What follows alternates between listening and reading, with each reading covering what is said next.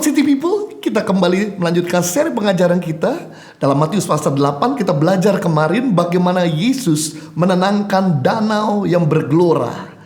Menunjukkan bahwa badai-badai yang datang dalam kehidupan kita menunjukkan siapa Tuhan yang kita sembah. Betapa dahsyat ya Tuhan yang kita percayai. Dan yang kedua, kita belajar bahwa tujuan badai menerpa dalam hidup kita untuk menunjukkan siapa kita sebenarnya. Apakah kita orang yang membeli atau kita orang yang kuat? Apakah kita orang yang bersungut-sungut atau kita orang yang bersyukur? Juga badai dalam kehidupan kita terjadi untuk menunjukkan siapa teman kita sebenarnya. Apakah dia teman sejati atau justru sebaliknya dia teman yang meninggalkan kita ketika kita dalam keadaan susah. Nah, hari ini kita akan belajar seri di mana Yesus menyembuhkan orang yang kerasukan roh jahat. Dalam Matius pasal 8 ayat 28 sampai 31. Setibanya di seberang, yaitu di daerah orang Gadara, datanglah dari pekuburan dua orang kerasukan setan menemui Yesus. Mereka sangat berbahaya sehingga tidak seorang pun yang berani melalui jalan itu. Dan mereka itu pun berteriak katanya, "Apa urusanmu dengan kami, hai anak Allah? Adakah engkau kemari untuk menyiksa kami sebelum waktunya?" Tidak jauh dari mereka itu sejumlah besar babi sedang mencari makan. Maka setan-setan itu pun meminta kepadanya katanya, "Jika engkau mengusir kami, suruhlah kami pindah ke dalam kawanan babi itu." Setelah Yesus meneduhkan danau yang bergelora, angin ribut yang kencang, sampailah Yesus di seberang danau Galilea di daerah orang Gadara.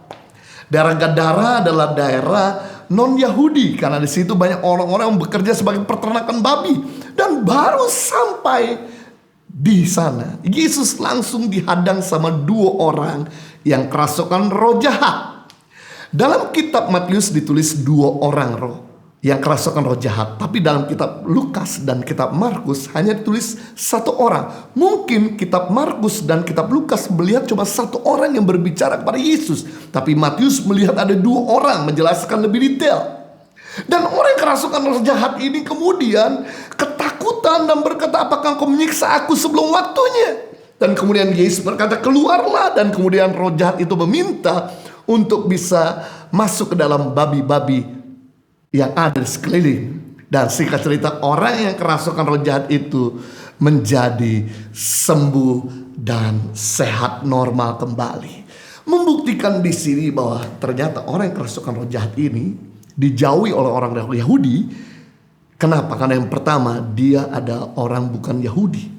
Karena daerah Gadara adalah orang-orang rata-rata penduduknya bukan Yahudi atau non-Yahudi. Dan pada waktu itu begitu banyak orang-orang non-Yahudi juga datang. Termasuk salah satu orang-orang Romawi yang menjajah daerah orang Yahudi. Di situ banyak orang-orang Romawi yang makan hewan-hewan babi. Dan yang kedua, bahwa orang yang kerasukan roh jahat ini dia kerasukan setan. Dan bagi orang Yahudi, ketika ada seseorang kerasukan roh jahat, maka orang tersebut dianggap najis. Yang ketiga, kenapa orang Yahudi nggak mau bicara sama orang kerasukan ini? Karena dia tinggal di pekuburan. Bagi orang Yahudi, kalau seseorang tinggal di pekuburan atau orang Yahudi pergi ke kuburan, itu adalah daerah yang najis. Makanya orang Yahudi menghindarinya. Dan yang keempat, orang ini karena kerasukan roh jahat, maka sangat berbahaya. Justru orang-orang meninggalkan orang yang kerasukan ini. Dan orang kerasukan ini tidak ditolong, tidak diperhatikan. Bagaimana makannya, bagaimana hidupnya, dibiarkan begitu saja. Namun yang menarik, Yesus datang jauh-jauh dari seberang danau Galilea.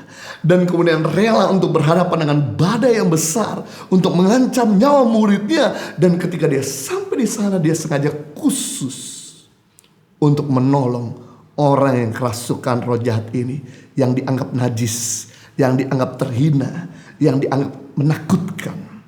Membuktikan bahwa setiap individu di hadapan Tuhan sangat berharga.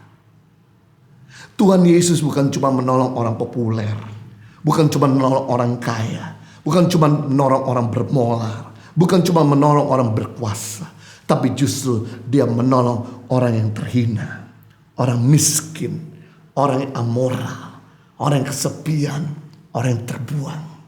Sebab orang-orang ini kalau gak diperhatikan, Ada kemungkinan yang pertama, dia akan membahayakan dirinya sendiri. Sebab kalau orang-orang yang kesepian, orang-orang yang murung, orang-orang yang justru ketika dia dalam keadaan sedih, tidak dibantu, artinya tidak dibukakan pikiran mereka, akibatnya mereka bisa melakukan hal-hal yang membahayakan bagi dirinya sendiri. Khusus dalam kondisi seperti ini, di mana banyak orang stres, banyak orang gagal dalam usaha mereka, banyak orang dipecat dari pekerjaan mereka, banyak orang gak punya duit, banyak orang sedih, banyak orang dalam keadaan ketakutan. Justru hal-hal seperti inilah yang kita perlu dekati, yang kita perlu dengar, yang kita perlu perhatikan. Baik itu keluarga kita, baik itu teman kita, baik itu orang yang di sekeliling kita. Sebab kalau mereka gak ditolong, mereka akan membahayakan diri sendiri. Saya teringat beberapa waktu yang lalu, ada seseorang yang sepertinya dia butuh sekali pertolongan saya. Sampai berkata, kalau ada waktu boleh hubungin saya. Dan kemudian saya hubungin, dia berkata, hampir saya udah mau putus asa, saya mau bunuh diri. Karena saya divonis kena penyakit yang tidak bisa disembuhkan sama sekali. Saya sudah bisnis semua tidak jalan, utang di mana-mana.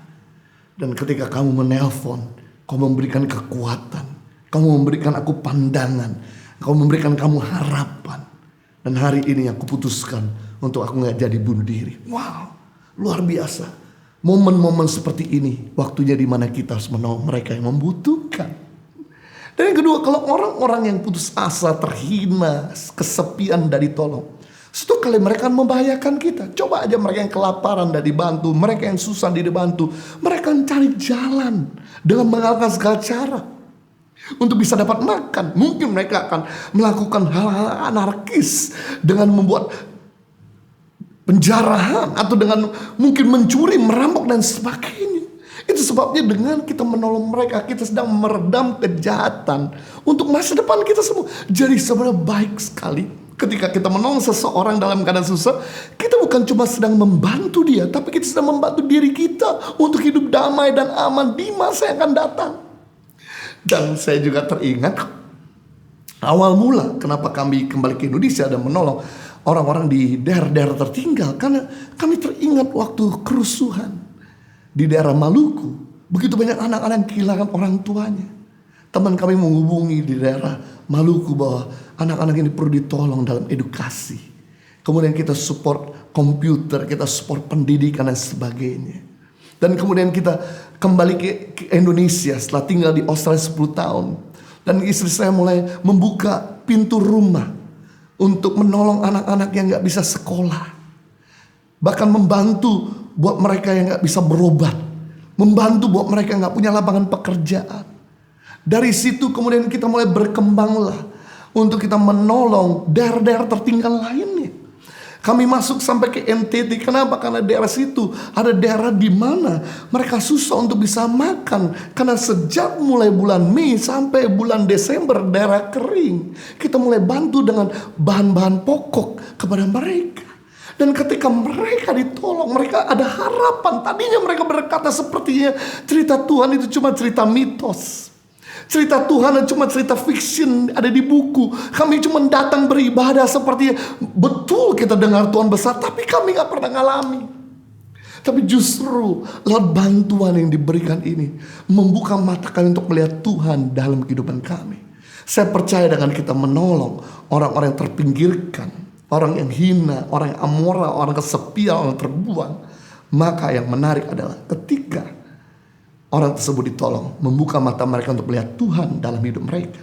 Dan yang luar biasa lagi, dalam kehidupan kita yang menolong pun kita tidak pernah kekurangan.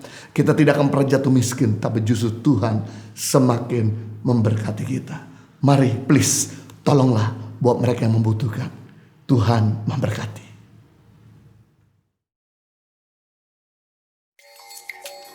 Ya, saat ini kami sudah ada di Seperong.